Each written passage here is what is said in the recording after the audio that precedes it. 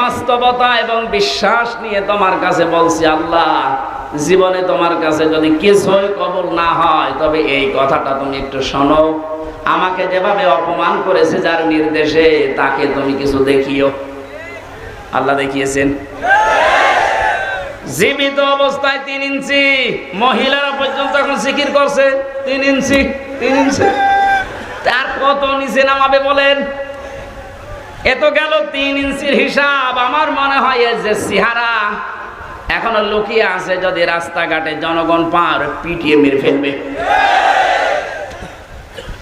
এই জালেমকে যদি কেউ সাহায্য করে, কথা দিয়ে, সমর্থন দিয়ে, সাপোর্ট দিয়ে, সে আল্লাহর নবীর দল থেকে খারিজ হয়ে কাফের হয়ে যায়। কত বড় ভয়ঙ্কর কথা! তিরমিজি শরীফের হাদিস। কেউ যদি জালেমকে সাহায্য করে, সহযোগিতা করে, কথা দিয়ে, সাপোর্ট দিয়ে, যেভাবেই হোক যদি জালেমকে কেউ সহযোগিতা করে, নবীজি জানিয়েছেন সে আমার উম্মত থাকে না। ও বাংলার মুসলমানেরা, নবীর উম্মতের বাইরে যারা তারা কি? আরো জোরে নাম ধরা লাগবে। আর সুতরাং জুলুমের সাথে যারা জড়িত ছিলেন, বাংলাদেশ জামাতে ইসলামের শ্রদ্ধাভাজন আমির ডাক্তার শফিকুর রহমান ঘোষণা দিয়েছেন, আমরা সাধারণভাবে আমাদের কোনো অভিযোগ নেই, আমাদের রাজনৈতিক দল হিসাবে যত জুলুমের শিকার মাফ করে দিলাম, কিন্তু ব্যক্তিগতভাবে যদি কেউ জুলুমের শিকার হয়ে থাকে আর ও যদি প্রতিশোধ নিতে চায়, ওই পরিমাণ আমাদের পক্ষ থেকে বাধা নেই। সেই হিসাবে আমি যেহেতু ভিকটিম, আমরা মাটির নিচে রেখেছিল আয়না ঘর, শুধু আপনি নাম শুনেছেন, আর আমি ছিলাম ওখানে 3টা বছর। আমাকে ফাঁসির কন্ডেম সেলের ভেতরে তালাবদ্ধ করে 24 ঘন্টা আটক রাখতো সিসি ক্যামেরা দিয়ে। কেউ যেন আমার সাথে কথাও না বলে, দেখাও না করে। এমনকি কারারক্ষী 2-1টা একটু ভালো ছিল, সবাই তো একরকম না। 2-1 জন এসে যদি একটু সালাম দিত, ওই যে উপর থেকে ক্যামেরা লাগানো, ওর চাকরি পর্যন্ত চলে যাবে, এইরকম সিস্টেম করেছিল। এত কড়াকড়ি আপনি কেন করলেন? এই জুলুমের সাথে যারা নিযুক্ত ছিল, টট্ট বটন যেই কয়টা, যেহেতু পরশুদিন আমার মামলা পুরাটা আদালত খারিজ করে দিয়েছে, কোনো দোষ আমার পাইনি, তাহলে বোঝা যাচ্ছে বিষয় আমি কিছু জানি না, আমি পুরা নিরপরাধ। কথা বলে না কেন? নিরপরাধ মানুষকে যারা বেকার 3টা বছর শাস্তি দিল, তাদের বিরুদ্ধে এখন এরকম 3 বছরের শাস্তি আমিও চাই। এখানে কাউন্টার টেররিজমে আছে, কাউন্টার টেররিজমে যারা আছে, যে মনিরুল, আসাদুজ্জামান, ডিসি মান্নান, বাকিগুলোর নাম আমি নিলাম না, কারণ ওরা অত নিচে নামে নাই। আর একজন নেমেছিল আমার মামলার আয়ু মিজান। গত পরশুদিন আমি কল দিয়েছিলাম যে মামলা তো সব শেষ হয়ে গেল, খারিজ করে দিয়েছে আদালত। বিচারপতি ওটা দেখে বলছে কি দিয়ে বিচার করব, কোনো মাল ম্যাটারেস নেই, যা সব বাদ। ওনারে বললাম, এতদিন পর্যন্ত ওনারে স্যার বলতাম, এখন দেখি আমার মোবাইল পেলে আমার উল্টা করে স্যার বলছি। হাও মাও করে কান্না কাটে, বলে কি করা লাগবে হুজুর বলেন, আমার কোনো দোষ নেই। দোষ নেই তে আমারে ধরার পরে আমার বাবার কাছ থেকে 10 লাখ টাকা খেয়েছিস, ওই টাকা ফেরত দে। সবচাইতে বড় বিষয়, যেহেতু আদালতের মাধ্যমে আমি নির্দোষ প্রমাণ হয়েছে, আমার কোনো দোষ নেই, 3টা বছর আমার জীবন থেকে যারা নষ্ট করেছেন, এর সাথে যারাই জড়িত ছিলেন, তাদেরও জীবন থেকে আমি 3 বছর নষ্ট করতে চাই। এইটাই নাই বিচার। এটা যদি আপনি না করেন, আগামীতে যারা আসবে এরকম হাজার ও হামজার নামে ওরা কারণে অকারণে মিথ্যা সত্য মিলিয়ে মামলা দিয়ে বছরের পর বছর আটক করে রাখবে। এই জন্য যে মানুষগুলো 5 বছর, 7 বছর, 10 বছর জেলে থাকার পরে কোনো দোষ পায় না, শেষে খালাস দিয়ে দেয়, এর সাথে যারা জড়িত মামলার আয়ু থেকে শুরু করে উপর পর্যন্ত প্রত্যেকের বিচারের আওতায় আনা লাগবে। কোন কারণে কিছুই পেলি না, ওর 10টা বছর নষ্ট করলি, তুই বড় জালেম। জালেমের কথা এই কারণে বলছি, কারণে শব্দটা শুনতে যত সহজ মনে হচ্ছে, বিষয়টা অত সহজ না। জালেম আল্লাহর কাছে এত ঘৃণিত, এত নিন্দিত, এত খারাপ, আল্লাহ নিজে বলেন আমি জালেমের বিরুদ্ধে নিজে বাদী হয়ে মামলা দেব। সূরা শূরা 42 নম্বর আয়াত, 25 নম্বর পারার 6 নম্বর পৃষ্ঠার 13 নম্বর লাইনে আছে, ইন্নামাস সাবিলু আলাল্লাযিনা ইয়াজলিমুনান নাস ইলা আখির আয়াত। আল্লাহ পাক বলেন অবশ্যই আমি আল্লাহ মামলা দেব। ওই আল্লাহ নিজে মামলা দায়ের করবে, নিজে কেস করবে, নিজে অভিযোগ দায়ের করবে ওই সমস্ত মানুষদের বিরুদ্ধে ইয়াজলিমুনান নাস, যারা মানুষ হয়ে মানুষের উপরে জুলুম করেছেন। জালেম যারা, এটা রেকর্ড হচ্ছে, আপনিও শুনতেছেন, যেখানেই লুকিয়ে আছেন কান খাড়া করে শোনেন। জালেম যারা তাদের দুনিয়াও শেষ, আখিরাতও শেষ। আপনার আর বাঁচার মতো কোনো লাইন নেই যতক্ষণ পর্যন্ত এই মাজলুমরা মাফ না করবে। আর আমার তো যতটুকু বাস্তবতায় ধারণা আমি দেখেছি, বাংলাদেশের 18 কোটি মানুষও যদি আপনাকে মাফ করে দেয়, আয়না ঘরের সাথে যারা জড়িত ছিলেন, ব্যারিস্টার আরমানের বউ আপনাকে মাফ করবে না।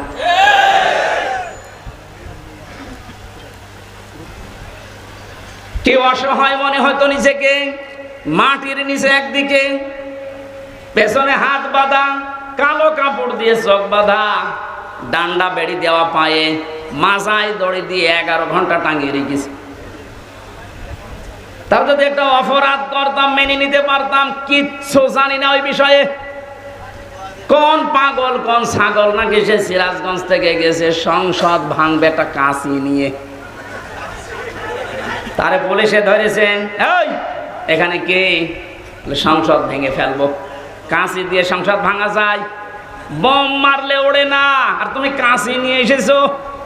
ও নাকি বলেছে যে আমি হুজুরের ওয়াজ শুনে উদ্বুদ্ধ হয়ে সংসদ ভাঙতে এসেছি। কোন হুজুর? আমি রামজা, ধরে নিয়ে আয়। এই যে আমার অপরাধ। আমি বারবার বলার চেষ্টা করেছি 164-এ ম্যাজিস্ট্রেটের কাছে, স্যার আমার ওয়াজ আপনার মোবাইলও আছে, আপনি দেখেন তো আমি কোন ওয়াজ করলাম যে আমার ওয়াজ শুনে উদ্বুদ্ধ হয়ে সংসদ ভাঙতে গেল। বলে আমার হাত বাঁধা, কিছু করার নেই। বিচার ব্যবস্থা কোথায় নামিয়েছেন আপনি? এই ব্যবস্থার কারণে হাজার হাজার মানুষের জীবন নষ্ট করেছেন, দুনিয়া থেকে পর্যন্ত বিদায় করে দিয়েছেন। হাজী সেলিমের যে টর্চার সেল পুরান ঢাকায়, ওখানে নাকি মাটির নিচে যেখানে অত্যাচার করতো ওখানে অনেক হাড় গোড় পাওয়া যাচ্ছে, তার মানে অনেক মানুষের মৃতদেহ আছে। আর শয়তান কালকে দেখলাম কাঁদতেছে এজলাসে, আমি কিছু জানি না। জানি না মানে ওরা ডিম দেওয়া দরকার। জালেমদের কোনো ছাড় নেই, যারা এই জালেমদের সহযোগী ছিল একটাকেও যেন ক্ষমা করা না হয়। 1628 জন মানুষ দায়িত্বে ছিল। মেন জালেম যে, তার পক্ষে ছিল 1628 জন চেয়ারধারী লোক। এদের একটারও বিচার না করে ছাড় দেওয়া যাবে না।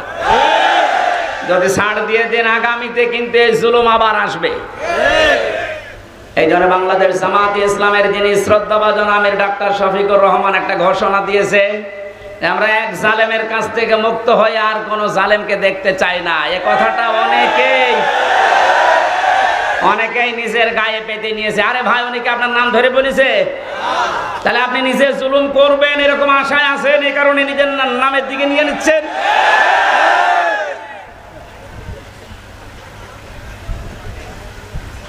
জীবিত ওলি দেখেননি জীবনে, মরা ওলি দেখেছে। বিভিন্ন গাছতলায় আস্তানায় শুয়ে আছে, মরা ওলি মনে করে। জীবিত ওলি যদি কেউ বাংলাদেশে দেখতে চান, কোন দরবারে যাওয়ার দরকার নেই, ডাক্তার শফিকুর রহমানের দিকে তাকাবেন, ওটা টাটকা জিন্দা ওলি। আমি নিজে সাক্ষী দিচ্ছি, তার যে ইবাদতের মাত্রা, তার যে ইখলাস, দ্বীনের জন্য যে কোরবানি এবং আল্লাহর প্রতি তার যে তাওয়াক্কুল কোন পর্যায়ের, আপনার মাথায় ধরবে না। আমি 4 দিন তার সাথে ছিলাম, দেখেছি আল্লাহ মানুষকে এরকম ধৈর্য দেয়। তার ছেলেটা ওই সময় জেলখানায়, তার বউ অসুস্থ, তার দলের লোক হাজার হাজার লক্ষ লক্ষ পালিয়ে বেড়াচ্ছে, অধিকাংশ জেলখানায়। সব কিছু তাদের শেষ 15 বছরে অথচ লোকটার ভেতরে কোনো টেনশন, কোনো চিন্তার কোনো চাপ নেই। এত কষ্ট করে জেলখানায় থেকে হাজিরা দিয়ে যখন আদালত থেকে আসতো, বলতাম স্যার একটু ঘুমিয়ে নেন। এই যে 12-13 ঘন্টা 15 ঘন্টা পর্যন্ত এত কষ্ট করে এসে কিছুক্ষণ তেলাওয়াত, কিছুক্ষণ জিকির, কিছুক্ষণ দরুদ শরীফ পড়ে কয়েক ঘন্টা ঘুমিয়ে এরপরে দেখতাম তাহাজ্জুদের নামাজে যতটুকু পারে পড়ে, এরপরে উনি যে সেজদায় পড়ে যেত 30 মিনিট 40 মিনিট 50 মিনিট 1 ঘন্টা 1.5 ঘন্টা একটা সেজদায় কাঁদতে কাঁদতে, মুরব্বী মানুষ, চোখের ভুরু পর্যন্ত পাকা, দাড়ি পাকা, ভিজে ভিজে পানি পড়ছে সেজদায়। আপনি ওলি দেখতে চান, অধিকাংশ গুলো ফজরের নামাজ পড়ে না। আর এই লোকটার তাওয়াক্কুল আর কষ্ট শিকার দেখেছেন কোন পর্যায়ের। একদিন বলেছিলাম যে স্যার এখানে দুষ্ট কিছু মানুষ আছে, তারা মোবাইল নিয়ে এসে দেয় চুরি করে। এটা রেকর্ড হচ্ছে তো, এই জন্য গোপন কথা বলা যাচ্ছে না। ভেতরে আবার ঝামেলা বেড়ে যাবে না। ওখানে সব ধরনের সিস্টেম করে মানুষ, কি করবে এখন, অসহায় তারা। বললাম যে আপনারা আমি ওইভাবে একটা ছোট মোবাইল নিয়ে এসে একটু বাড়িতে খোঁজ নেন। আমারে বলছে হামজা কার খোঁজ নেব কেন, আপনার ছেলে ছেলে, আপনার বউ অসুস্থ, আপনার দলের লোক সব পালিয়ে বেড়াচ্ছে। আমারে যে কথা শুনিয়েছে আমার জীবন ভরে গেছে। আমারে বলছে হামজা ধরা পড়ার সময় আমি নিজেই প্রস্তুতি নিয়েছিলাম, 24 ঘন্টায় আমি প্রস্তুতি নিয়ে থাকি কখন ওরা আমারে ধরে নিয়ে যাবে। ধরে যখন নিয়ে এসেছে, আসার সময় আমি সব আমার আল্লাহর কুদরতি হাতে দিয়ে এসেছি। এই কঠিন পরিস্থিতিতে এই কথা মুখ দিয়ে বের হওয়া অত সহজ না, আপনি যত সহজ ভাবতেছেন। কোরআনে কারীম জানিয়েছে ইন্নাল্লাযীনা ক্বালু রাব্বুনাল্লাহ সুম্মা ইসতাকামু তাতানাজ্জালু আলাইহিমুল মালাইকা আল্লা তাখাফু ওয়া লা তাহজানু। আল্লাহ পাক বলেন যারা এই কথা বলতে পারে আমার রব আল্লাহ, আর এই কথা বলার পরে সিঁড়িয়ে ছটিয়ে পড়ে না, টিকে থাকে, ইস্তেকামাত পয়দা করে দাঁড়িয়ে থাকে কথার উপরে, আল্লাহ তাদের পুরস্কার হিসাবে বিপদে আপদে ফেরেশতা নাযিল করে হলেও সাহায্য করে। ফেরেশতারা এসে কি বলে, আল্লাহ তাখাফু ওয়া লা তাহজানু, কোনো ভয় নেই, কোনো টেনশন নেই। এই যে কিসের ভয়, কিসের টেনশন? এ কঠিন বিপদে পড়ার কারণে হয়তো মানুষের মনের ভেতরে ধারণা আসতে পারে, এই ভয় তৈরি হতে পারে যে আমার ছেলেটাও জেলখানায় বিনা কারণে, আমার স্ত্রী ওদিকে হাসপাতালের বেডে মৃত্যুর সাথে লড়ছে, আমার দলের 1000 সহকর্মী তারা পালিয়ে বেড়াচ্ছে, জেলখানায় তারা ভর্তি, কি হবে এদের? আল্লাহ বলেন ফেরেশতাকে দিয়ে আমি যেন ওর কানের কাছে মুখ নিয়ে বলাই, বল কোনো ভয় নেই, কোনো চিন্তা নেই, সবগুলো আল্লাহ দেখবে। বাস্তবে আয়াতটা আমি ওনার সাথে 100 ভাগ মিলাতে পেরেছি। অথচ কোন আলেমকে পর্যন্ত দেখেছি হাউমাউ করে কাঁদতো বাইরের পরিবেশের কথা চিন্তা করে। উনিও তো মানুষ, কান্নাকাটি তো বাইরের পরিবেশের জন্য দূরের কথা, চিন্তার কোনো ছাপও এই চেহারার ভেতরে আমি পাইনি।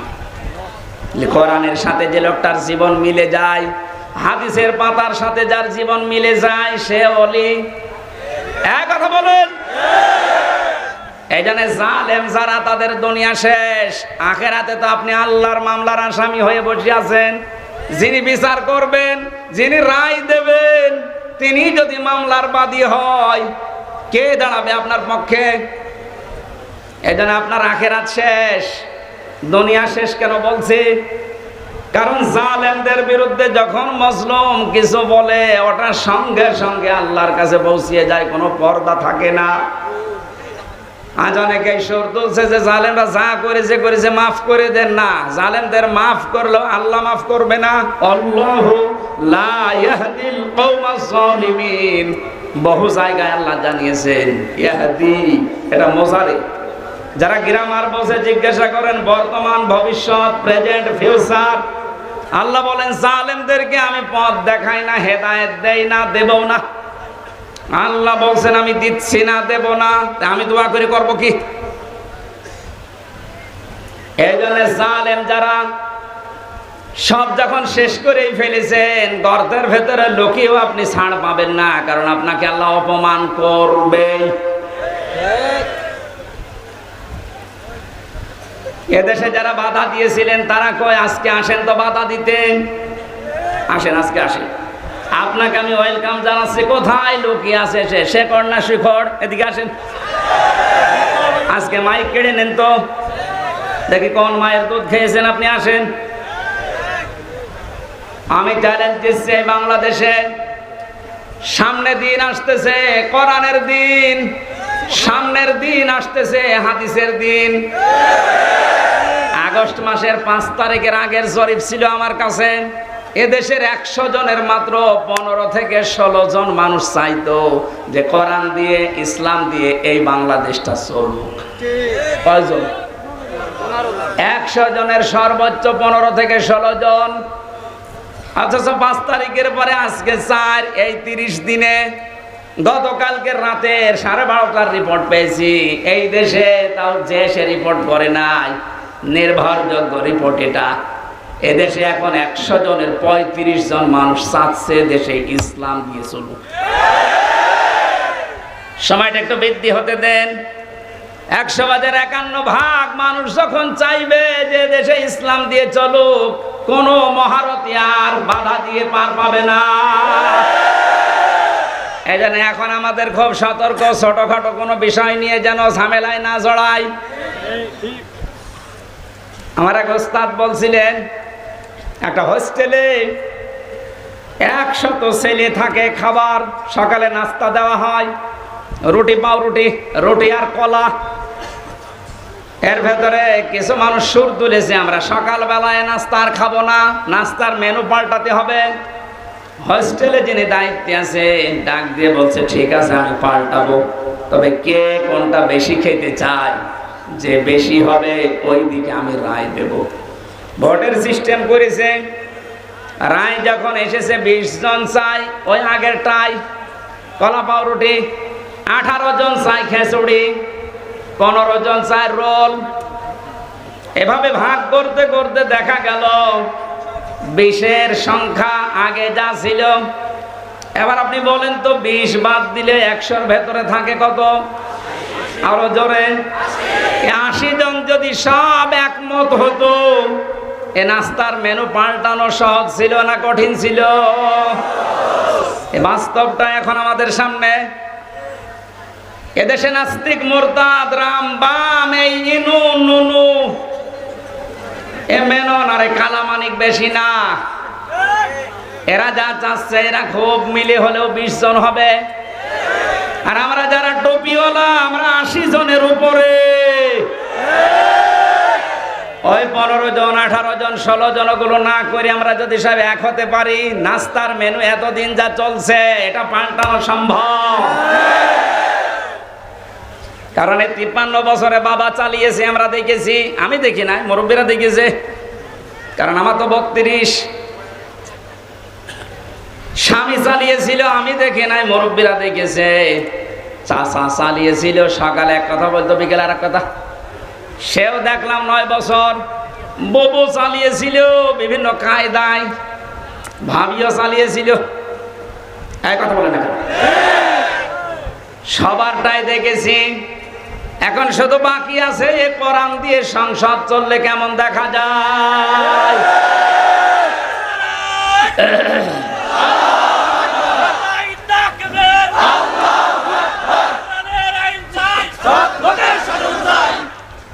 কারা কারা চান আল্লাহর এই কোরআন দিয়ে বাংলাদেশের এই সংসদ চলুক? দেখে লিল্লাহি তাকবীর।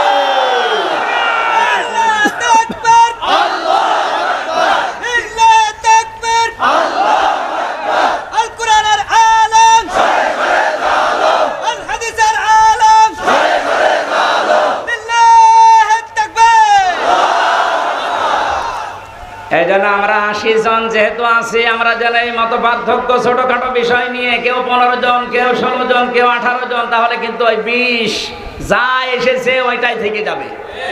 হ্যাঁ, কথা বলেন না কেন? আমরা আর কোনো ছোটখাটো বিষয় নিয়ে মত পার্থক্য করতে চাই না। আমাদের এক যে কোরআন দিয়ে সংসদ চলবে, সে যেই আসুক। এটা অনেক জালেমরা তো বুঝেছিল, পালিয়েছে। অনেক মুনাফিক এখন অনেকে মুনাফিকি করছে, বুঝতেছে, এই জন্য সুর তুলছে, না এভাবে আর চলতে দেব না, তাড়াতাড়ি তাড়াতাড়ি। কিসের তাড়াতাড়ি? আপনি কি স্বাধীন করে দিয়ে গেলেন? যারা স্বাধীন করেছে তারা যা বলবে তাদের ওটা অনুযায়ী দেশ চলবে। এতে যদি 3 মাস হয়, 3 বছর হয়, 6 বছর হয়, 10 বছর হয়, হোক, কোনো অসুবিধা নেই।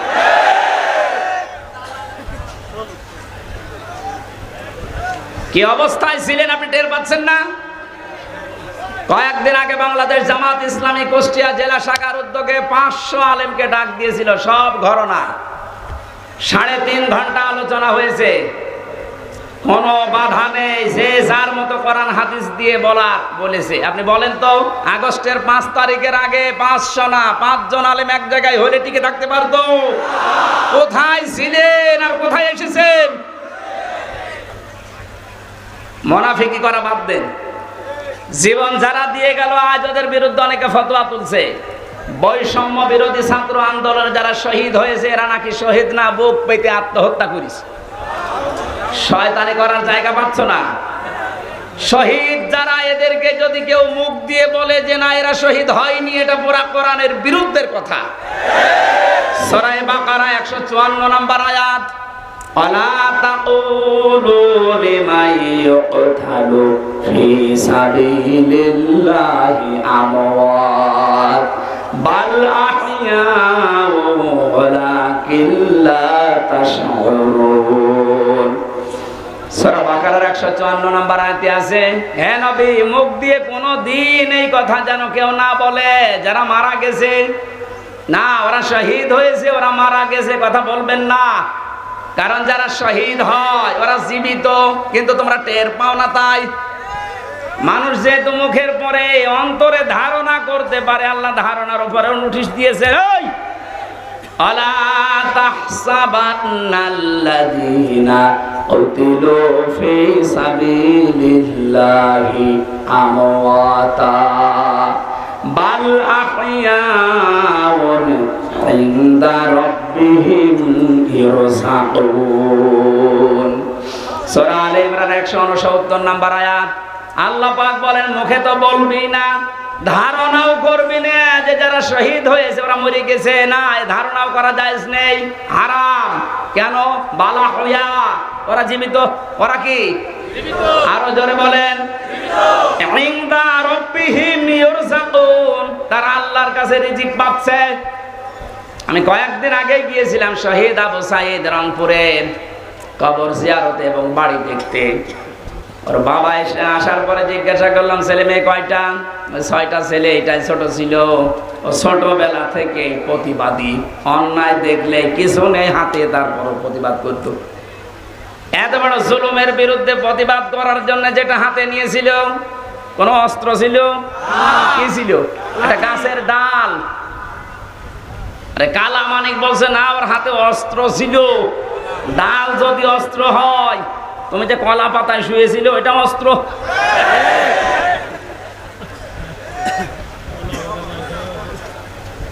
সাধ্য মতো যতটুকু আছে আমার সমর্থন, বাবার হাতে কিছু দিয়ে আসলাম। দেখলাম যে প্রতিবাদ করতে যে জীবনটা দিয়েছে, ওর কি আমাদের মতো জীবনের মায়া ছিল না? বলেন, আপনার জীবনের প্রতি যেমন মায়া আপনার সাইদের ওই রকমই ছিল।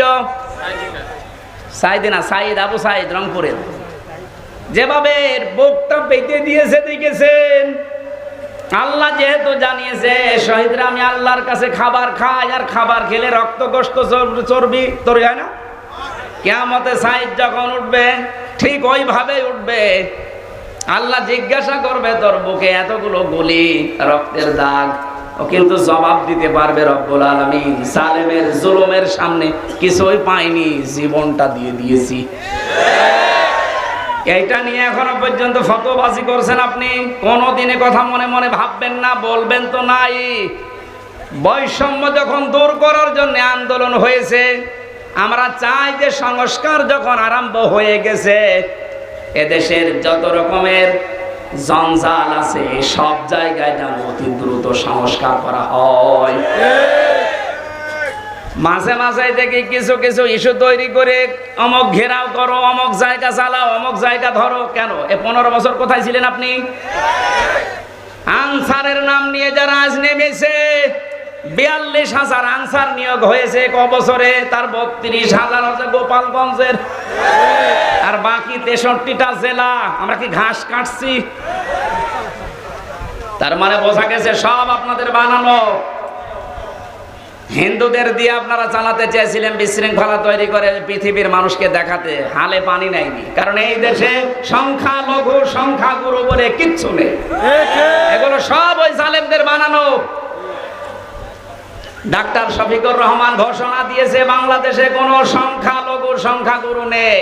এদেশে যে জন্ম নিয়েছে সেই এই দেশের বৈধ নাগরিক। কিসের সংখ্যালঘু, কিসের সংখ্যাগুরু? এই কথা বলে জালেমরা ওদের মন থেকে এই দেশের ইসলামপন্থী মানুষদের ঘৃণা জন্মিয়েছে। ওদের দিয়ে যখন শুরু করেছিল হালে পানি নেয়নি, তারপরে শুরু করেছে আনসার দিয়ে। আরে ভাই, পুলিশ দিয়ে যদি দেশটা চলতে পারে, আনসার ছাড়া চলবে এক আর দুই। যদিও আমি পুলিশ প্রশাসনে যারা আছে তারা এখন সবাই খারাপ না, কয়েকটা লোকের জন্য আজ এই বিভাগের উপরে মানুষের যে রাগ। আমার নিচতলায় ভাড়া ছিল এক পুলিশ, 5 তারিখের পর থেকে কোথায় যে গেছে আল্লাহ জানে আর ও জানে। কারণ ওখানে 14 জন মারা গেছে আমার বাড়ির সামনে। পুলিশ এইভাবে অস্ত্র ঠেকিয়ে মেরেছে। এজন্য মানুষের এত রাগ, থানা পদ পুড়িয়েই দিয়েছে। জানিয়েছে যদি ওই সাহেব আলী নামে যে দারোগাটা, ওরে যদি পাই, ও যেমন গুলি করে করে মেরেছে, ওরে আমরা পিটিয়ে একেবারে আনারের মতো 14 টুকরা 15 টুকরা করে। ভয়তে আজও পালিয়েছে, কালও পালিয়েছে। কিন্তু আমার বাড়িতে যে ছিল, ও ছিল রাস্তার পুলিশ, ওই ট্রাফিক পুলিশ, কিন্তু ওই ভয়ে পালিয়েছে। এই প্রশাসনের এর উপরে এখনো পর্যন্ত আমাদের যাদের ক্ষোভ, সবার জন্য না, যেই কয়জনের নির্দেশে এই গণহত্যা হয়েছে, এদের কারণে আজ এই বিভাগটা নষ্ট হয়ে গেছে। মানুষ এদের উপর আস্থা আনতে কিছু সময় লাগবে, কিন্তু যারা এর জন্য দায়ী, আমরা এই টপ টু বটন যেই কয়জন এদের শাস্তি দাবি করছি। এরা বহু মানুষের বুক খালি করেছে, এদের জন্য আয়না ঘরে হাজার হাজার মানুষের হাড় পাওয়া যাচ্ছে। আপনার বিবেক জীবনও সায় দেবে না যদি আয়না ঘরের দৃশ্য দেখেন। একটা মানুষ এত শক্ত হতে পারে? আমার সাথে যে আলেমটা ছিল মুফতি ফখরুল ইসলাম, মানে মাঝে মাঝে রাতের বেলা দেখতাম কেঁপে উঠছে। কি ভাই, কি হয়েছে? বলছে ভাই, আমার ওই আয়না ঘরের কথা মনে হয় মাঝে মাঝে। এই পায়ের নিচ দিয়ে হাত দিয়ে সামনে যে রড ঝোলানো আছে, রডের সাথে দিয়ে হ্যান্ডকাপ দিয়ে লাগিয়ে রাখতো, 1-2 ঘন্টা না, দিনের পর দিন, মাসের পর মাস। আমার মাঝে মাঝে মনে হতো, আল্লাহ, এই দুনিয়াতে মনে হয় সবচাইতে বড় নিয়ামত যে একটু শুয়ে থাকা। এটা যে কত বড় নিয়ামত আমি ওই ঘরে থেকে বুঝতে পেরেছি। টয়লেট করার জন্য মানুষ মাত্র 1.5 মিনিট সময় দিত, খাবার খেতে দিত কয়েক মিনিট, তাও খাবার নাকি মনে হচ্ছে কে মাখিয়ে দিয়েছে। অর্ধেক পচা অর্ধেক ভালো, 4-5টা তরকারি একসাথে দিয়ে এক বাটির ভেতরে, খেলে খান, না খেলে যান। তাও যদি একটু নরম হয়তো যে ভাই এখন নামাজের সময়টা একটু বলেন, কখন নামাজের সময় আমরা তো জানি না, কারণ এখানে রাত দিন বোঝা যায় না। মাঝে মাঝে এমন লোক দায়িত্বে পড়তো, কিসের নামাজ, নামাজ পড়ে কি পাও, আল্লাহরও ভুল ধরতো। যেই কয়জন মানুষের দ্বারা আজ পুলিশ প্রশাসনের সবার উপরে মানুষের রাগ ঝাল অনেকে মিটাচ্ছে, এই কয়জন মানুষের শাস্তি আমরা দাবি করছি, সবার না। এখন অনেক কনস্টেবল, অনেক এএসআই লাইভ করে বলছে আমাদের জীবনটা নষ্ট হয়ে গেছে এই কয়েকটা শুকরের বাচ্চার কারণে। যাদের নাম বলছে আজকের লাইভ দেখলাম, বেনজিরের নাম বলছে, এই আব্দুল্লাহ মামুনের নাম বলছে, বাকি শহীদ বলছে ধরা পড়েছে, 8 দিনের রিমান্ড দিয়েছে। আমার মনে হয় আমার সাথে রিমান্ডে যে আচরণ করেছে ওর সাথেও করা হোক। দাঁড়াতে পারবে না এদেশে। কারণ কোরআনের ঘোষণা হচ্ছে জালেমরা অতি শীঘ্রই তাদের জুলুমের জন্য কাঁদবে। কালকে আমি হাউমাউ করে কাঁদতে দেখলাম হেফাজত সেলিমকে। এটা কোনো মানুষ জুলুম করবেন না, খুব মারাত্মক অপরাধ এটা। এর চাইতে বড় অপরাধ আর দুনিয়ায় নেই। তার দুনিয়াও শেষ, আখিরাতও শেষ। আল্লাহ আমাদেরকে যেন কোনো জুলুম করা থেকে বাঁচান। সে পারিবারিক জীবনের জুলুম হোক, সামাজিক জীবনের জুলুম হোক, রাজনৈতিক জীবনের জুলুম হোক, সব জুলুম থেকে আল্লাহ আমাদের রক্ষা করেন, বলেন আমিন। দরুদ আর সালাম পাঠের মাধ্যমে আজকের তেলাওয়াতকৃত আয়াত সূরা মারিজ কয়েকটা আয়াত পড়েছি। আমার আলোচনার বিষয় হচ্ছে মুক্তিপণ। আমার বাবাকে যেমন মুক্তিপণ নিতে চেয়েছিল 10 লাখ দেন, নাই তো 50টা মামলা দেব, এরকম মুক্তিপণ সামনে আসতেছে। কোরআনে কারীম জানাচ্ছে, ও বাংলার মানুষেরা গান খাড়া করে শোনো, ওয়ালা ইয়াসালু হামিমান হামিমা ইউবাসসিরুনাহুম ইয়াবাদুল মুজরিমু লাউ ইয়াফতাদি মিন আযাবি ইয়াউমিযিন বিবানি। এই কারা চলে যাচ্ছে, কারা গো? প্রসাবের জন্য গেলে যা, বাকি ভালো লাগছে না এই মনে করে যদি কেউ কোরআনের আলোচনা ছেড়ে চলে যান, আপনি টাটকা নির্ভেজাল মুনাফিক। এই জন্য প্রসাব পায়খানার জন্য যান, বাকি জন্য যাবেন। জানছে এখানে কষ্ট হচ্ছে, ভেজা জায়গা তো। আল্লাহ পাক বলেন, কোন শহীদের পরিচয় দিতে চাইবে না, যদিও তাদেরকে সম্মুখে হাজির করা হবে, বন্ধুর পরিচয় দেবে না। এমনকি অনেক মানুষ আছে নিজের অপরাধ ঢাকতে মুক্তিপণ হিসাবে বাঁচার জন্য নিজের সন্তান পর্যন্ত আল্লাহর কাছে বলবে, আল্লাহ মুক্তিপণ হিসাবে দিয়ে দিলাম। বলেন নাউজুবিল্লাহ। আয়াতটা পড়ার পরে আমার ছোট মেয়েটা, এই যে ফারিহা জান্নাতের সাথে আমি মিলিয়েছিলাম, আল্লাহ বলেন সন্তান পর্যন্ত মানুষ দিতে চাইবে, অথচ আল্লাহ রসুলের পরে এই পৃথিবীতে সবচাইতে বেশি মহব্বত ভালোবাসা আমার এই ফারিহার উপরে। এত ভালোবাসা জেলখানায় থাকার পর ওর বেশি বেড়ে গেছে, কারণ ওরা আমি 1 বছর রেখে গিয়েছিলাম, এখন 4 বছর বয়স ওর। এত ভালোবাসা জন্মিয়েছে, ওরে চোখের আড়াই করলে বারবার মোবাইলে আমি দেখে নেই। অথচ আল্লাহ বলছে ফারিহাকে, হামজা কিয়ামতে আল্লাহর কাছে বলবে, আল্লাহ এইটাও দিয়ে দিলাম, আমাকে ছাড় দে। সাহিবাতিহি ওয়া আখি, মানুষ তার নিজের স্ত্রীকে, নিজের ভাইকে বলবে, আল্লাহ এগুলো দিয়ে দিলাম। অফাসিলাতিহিল্লাতি তুবি, নিজের জ্ঞাতি গোষ্ঠী, নিজের দলের লোক, রাজনৈতিক আশ্রয় যারা, সামাজিক আশ্রয় যারা, পারিবারিক আশ্রয় যারা তাকে দিত, এই গোষ্ঠীর লোক পর্যন্ত মানুষ বলবে, আল্লাহ সব দিয়ে দিলাম। অমান ফিল আরদি জামিআ, দুনিয়ায় যত সম্পদের মালিক ছিলাম সব আমি দিয়ে দিলাম, আমারে আপনি বাঁচান। এ কথা মানুষ বলবে। এ সাক্ষী দিচ্ছে কে বলেন তো? আরো জোরে বলেন। এই হাতটা কালকে আমি আরো বেশি বিশ্বাস করে ফেলেছি, এখনো বিশ্বাস ছিল আগেও। এই পাজি সেলিমের যে কান্নাকাটি হাউমাউ করে জজের সামনেও যা করছিল, আমার মনে হচ্ছিল যদি ও বলতে পারতো, কথা তো বলতে পারে না, নৌকা বলতে গেলে হৌকা বলে, মুখ দিয়ে কথা এরকম বের হয় না। ও যদি কথা ভালোভাবে বলতে পারতো তাহলে বলতো, জজ সাহেব আমার যত সম্পদ আছে সব আমি দিয়ে দিলাম, আমার এই মামলা থেকে মুক্তি দেন। কিয়ামতের ময়দানেও তো মানুষের বিরুদ্ধে মামলা হবে, কি হবে বলেন বলেন? এই মামলা থেকে, অভিযোগ থেকে অব্যাহতি পাওয়ার জন্য মানুষ নিজের সন্তান, স্ত্রী, ভাই, জ্ঞাতি গোষ্ঠী, সম্পদ আদি সব দিতে চাইবে, বিনিময়ে চাইবে যে আমারে মুক্তি দেন। আল্লাহ বলেন, কাল্লা ইন্নাহা লাযা, কখনো না, তোর আমি লাজাই দেব। ও মাগুরাবাসী, লাজা কি? এটা জাহান্নামের একটা দরজার নাম। জাহান্নামে একটা দরজা 7টা, তার 3 নাম্বার দরজার নাম হচ্ছে লাজা।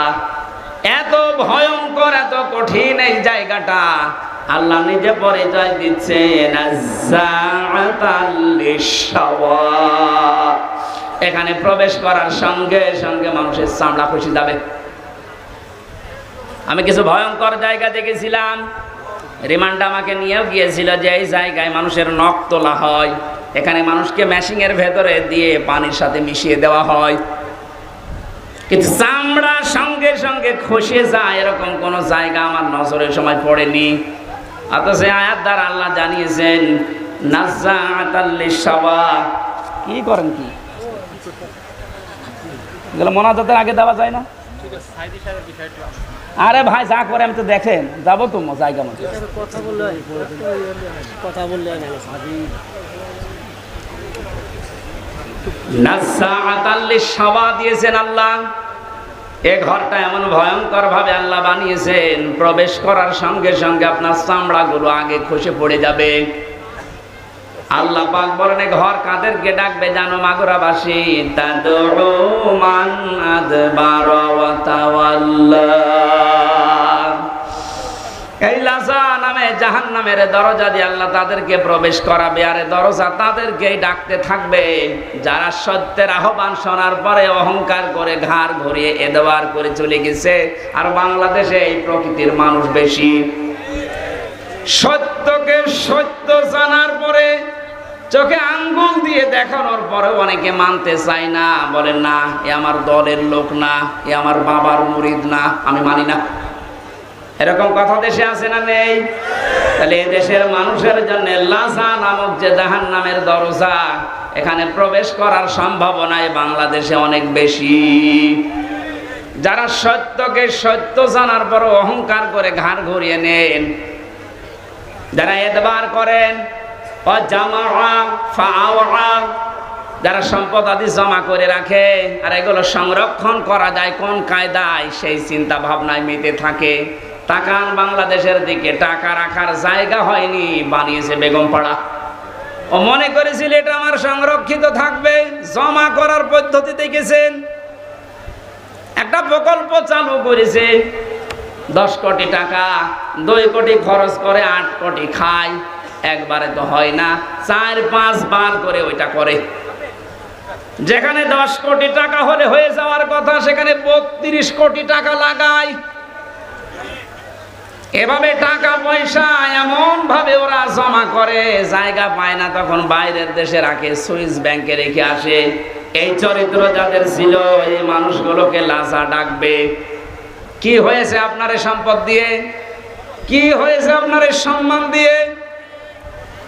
এখন যে অপমান আল্লাহ আপনাকে করেছে, আপনার সম্পদও কাজে আসছে না, আর সম্পদগুলো বিপদের কারণ হয়ে দাঁড়িয়েছে।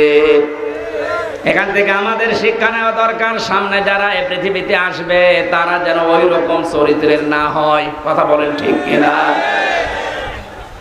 কিন্তু যে মানুষগুলো দিনের জন্য জমা করেছিল, একদিকে দুনিয়া জমা করা আর একদিকে ইসলাম জমা করা, যে মানুষগুলো দিন জমা করেছিল এই দেশে দিন প্রসারে দিন কায়েমে ভূমিকা রেখেছিল, তারাও তো জমা করেছিল। আল্লামা সাইদির নাম বলছে, আমি নিজে দেখেছি লোকটাকে 10টা দিন আমি 10 মিনিট ছিলাম ওনার সাথে। এই মানুষটার যে আমল আখলাক আর যে হাসি, ওনাকে অনেকে বলছে মরে গেছে না, মরান শহীদ হয়েছে, কারণ ওনাকে মেরে ফেলা হয়েছে। ওনার মুখের ওই হাসি প্রমাণ করে যে ওনারে মেরে ফেলা হয়েছে। এর পিছনে আন্তর্জাতিক কিছু ষড়যন্ত্র আছে।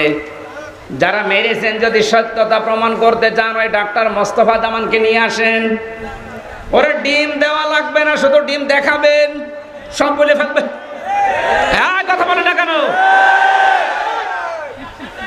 সুতরাং কোরআনের পাখিকে যারা বলেন, ভাবেন, মনে মনে করেন উনি মরে গেছে না, মরা না, উনি শহীদ হয়েছে, উনি জীবিত, উনি আল্লাহর কাছে কিয়ামত পর্যন্ত খাবার পাবে। আর জালেম যারা, আপনি কি করলেন? আপনার দুনিয়াও শেষ, এই সম্পদগুলো এখন দুদকে ধরবে, হিসাব দিতে দিতে তো মরবেন, আর পরকাল তো আপনার শেষই। কারণ কত মানুষের সম্পদ আত্মসাৎ করেছেন, এদের জবাব দিতে দিতে আপনার পরকাল শেষ। আল্লাহ আমাদের ওইরকম জীবন যেন না দেন, বলেন আমিন। পারিবারিক জীবন নিয়ে কয়েকটা জিনিস আমি ওখান থেকে নোট করেছিলাম জেলখানায়। তার ভেতর অন্যতম কারণ, ওখানে আমি দেখেছি অধিকাংশ মানুষের মামলাগুলো সাধারণ যারা, সব পারিবারিক জীবনের কারণে। হয় বউ পিটিয়েছে, নাই যৌতুকের কারণে, নাই বউ মেরে ফেলেছে, এখন যিনি জল্লাদ আছে কেন্দ্রীয় কারাগারে, যে ফাঁসি দেয়, আগে তো শাহজাহান জল্লাদ ছিল, এখন যে দায়িত্বে আছে ইলিয়াস, এই লোকটা 17 বছর ছিল সৌদি আরবে। এরপরে এখন 22 বছর পর্যন্ত ওর জেল। প্রথমে ফাঁসি ছিল, ওখান থেকে এখন যাবজ্জীবন জেল। 30 বছর বয়সে না 35 বছর বয়সে যেন জেলখানায় ঢুকেছে। 35 আর 17 আর 22 কত হয়? আমারে মাঝে মাঝে দেখা করতে এসে বলতো, হুজুর জীবনটা শেষ করে ফেলেছে মেয়ে লোকটার কারণে। বিয়ে করেছিলাম বড় আশা নিয়ে, বাড়িতে আসার পরে আমার মার সাথে বর কোনো মিল নেই, কিছু হলে ঠোকামুখি করে আর আমারে বলে আলাদা হওয়া লাগবে। মাকে আর আমার বোন ছিল, বোনকে কিছু দিলেই ওর চোখ টাটায়। মা বোন যারা এসেছেন, আপনাদের মন আপনি উদার করবেন। আপনার নিজের মা, নিজের ভাই, নিজের বোনের জন্য যদি আপনার স্বামী খরচ করে, আপনি আরো বাহবা দেন যে হ্যাঁ খুব ভালো মানুষ। আর স্বামীকে যে ছোটবেলা থেকে 25 বছর 30 বছর পর্যন্ত ওর পেছনে শ্রম দিল, ওই মা বাবা ভাই বোনের পেছনে একটু খরচ করলে আপনার চোখ টাটায়, আপনি মানুষ। নবীজি বলেন, কোন স্ত্রী যদি চায় যে তার স্বামী বেশি দিন বেঁচে থাক, তার হায়াত বেড়ে যাক, তার সম্পদ তার সম্মান দুনিয়ায় বেড়ে যাক, তাহলে সেই স্ত্রী যেন মাঝে মাঝে স্বামীকে বারবার অনুরোধ করে, স্বামী তুমি আর যাই করো অন্তত রক্তের সম্পর্কগুলো ঠিক রাখো। কিন্তু এইরকম বউ এখন ঘরে ঘরে নেই। মা বোনেরা যারা এসেছেন, শুধু নামাজ পড়া রোজা করার কালো বোরকা পরা ইবাদত না, এটা পারিবারিক জীবনের ইবাদত। এই ইবাদতটা আজ বাংলাদেশের 100টার 98টা পরিবারে নেই। বেশি করে ফেললাম না? এটাই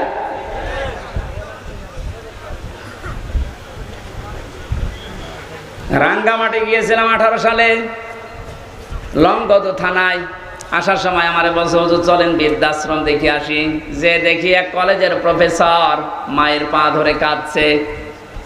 ডাক দিয়ে বললাম, স্যার কি হয়েছে? আমাকে পরিচয় করিয়ে দিলেন যে এক কলেজের স্যার। মা তাকে ডাক দিচ্ছে, সন্তান আমি যখন মারা যাব তখন আমার মাথার উপরে ফ্যানটা তুই পাল্টিয়ে নতুন ফ্যান লাগিয়ে দিবি। ছেলেটা প্রশ্ন করছে, মা তুমি তো মরিয়েই যাবা, তখন আবার ফ্যান কি হবে? মা বলে, বাবারে আজ 3 মাস আমি এখানে আছি, এ ফ্যানটা ঘোরে না। আমি কর্তৃপক্ষকে বলেছিলাম, যেহেতু তুই টাকা পয়সা দিস না এই জন্য ওরা ফ্যানও লাগিয়ে দেয় না। আমার সাথে তুই যা করলি, আমার তো মন ডেকে বলছে তোর সন্তানও কিছুদিন পরে তোর এখানে রেখে যাবে। কিন্তু তোর তো ফ্যান ছাড়া ঘুম হয় না, তুই তো গরম সহ্যই করতে পারিস না। তোরা আগে থেকে সাবধান করলাম, আমি মারা যাওয়ার পরেই তুই ফ্যানটা লাগাবি, নাই তো তুই কষ্ট পাবি। এই অবস্থায় দেখলাম ওর মা মরে গেল। হাও মাও করে কেঁদে বলছে, হুজুরে দোষ আমারে দেবেন না, একা এ দোষ আমার বোর। আমার দুইটা বাচ্চা আছে, সব সময় আমার পেছনে লেগে থাকে আমার স্ত্রী, যে এই বুড়িকে যদি বাড়ি রাখো তোমার ভাত আমি খাবো না। বাধ্য হয়ে আমি তালাকও দিতে পারি না আমার সন্তানের দিকে তাকিয়ে। শেষ পর্যন্ত মাকে আমি রেখে এসেছিলাম বৃদ্ধাশ্রমে। ছোটবেলায় আমার বাবা মারা গেছে, বহু কষ্ট স্বীকার করে আমাকে কলেজের প্রফেসর বানিয়েছিল আমার এই মা। কিন্তু স্ত্রীর ছোট মনের কারণে আমি আজকে তারেও বাড়িতে রাখতে পারি নাই। আজকে আদরে অনাদরে সেবা না পেয়ে শেষ পর্যন্ত মাটা আমার মারাই গেল। দুনিয়াতে নাম ধরে ডাকার মতো আমার আর কেউ নেই। মাগুরাবাসী মা বোন যারা এসেছেন, আপনাদের জন্য পারিবারিক জীবনের একটা কথাই বলছি, শুধুমাত্র ওই কলেজের প্রফেসর রাঙ্গামাটির উনি না, এখানে হাজারো মানুষ আমরা ঠিক ওই অবস্থায় পরিবারে আছি। মনটা একটু উদার করেন না কেন? একটু মনটা ছাড় দেন। কেউ তো থাকবেন না, 100 বছর পরে আমরা এখানে কেউ থাকবো না, নতুন মানুষ এই জায়গা চাষ করবে। কথা বলেন না কেন? সুতরাং আমরা যেন ধরা না খায় আখেরাতে, ওইরকম জীবন ওইরকম তৈরি করা দরকার আমাদের সবার। এই জন্য পারিবারিক জীবনে ওনার যা দেখলাম ইলিয়াসের, ওই লোকটার জীবন তো শেষ হয়ে গেল একটা মেয়ে লোকের কারণে। শেষ পর্যন্ত ঘ্যানর দেখে একদিন একটা থাপ্পড় দিয়েছিলাম, ও ছাতা গেছে মরে। এই কারণে আমার এখন যাবজ্জীবন জেল। বলেন তো, যে লোকটা 35 বছরের জেলে ঢুকেছে, 17 বছর সৌদি আরবে কাটিয়েছে, 22 বছর জেল খাটবে। ও বের হয়ে আর কি করবে? খুব বড় একটা না, সামান্য একটা পারিবারিক বিষয়ে। এই জন্য আমি নোট করেছিলাম জেলে বসে বসে যে পারিবারিক জীবনের দাম্পত্য কলহ এবং এর সমাধান কি করা যায়। যেহেতু এটা নিয়ে 100 জনের প্রায় 70 জন জেল খাটে। আমি লিখে এখন বাইরে এসে বই করেছি। ওইটা আপনার মেয়েকে বিয়ে দেওয়ার আগে পড়াবেন, বউকে পড়ান, ফুফুকে, নিজের মাকে, বোনকে, এদেরকে পড়াবেন। আমার মনে হয় পরিবারে আল্লাহ শান্তি ফিরিয়ে দেওয়ার কাজ ওখানে লিখে দিয়েছি। কোন জায়গায় আছে আমি জানি না, আমার গাড়ি আছে, সাদা গাড়ি, ড্রাইভারের কাছ থেকে নিয়ে যাবেন। অন্তত মেয়েকে আগে পড়ান আর বউকে। আল্লাহ আমাদের তৌফিক দিন। আমার যেহেতু দিনের বেলা একটা অনুষ্ঠান ছিল আর কালকেও ডবল অনুষ্ঠান আছে, জেল থেকে বের হয়ে স্বাভাবিক হতে পারছি না, কারণ ওরা যা খাওয়িয়েছে অত খাবার না, বেঁচে থাকার মতন। এই জন্য স্বাভাবিক হতে কণ্ঠ এবং শরীর সময় লাগবে। আগামীতে মাগুরাতে পরশুদিন 7 তারিখে, পরশুদিন কয় তারিখ?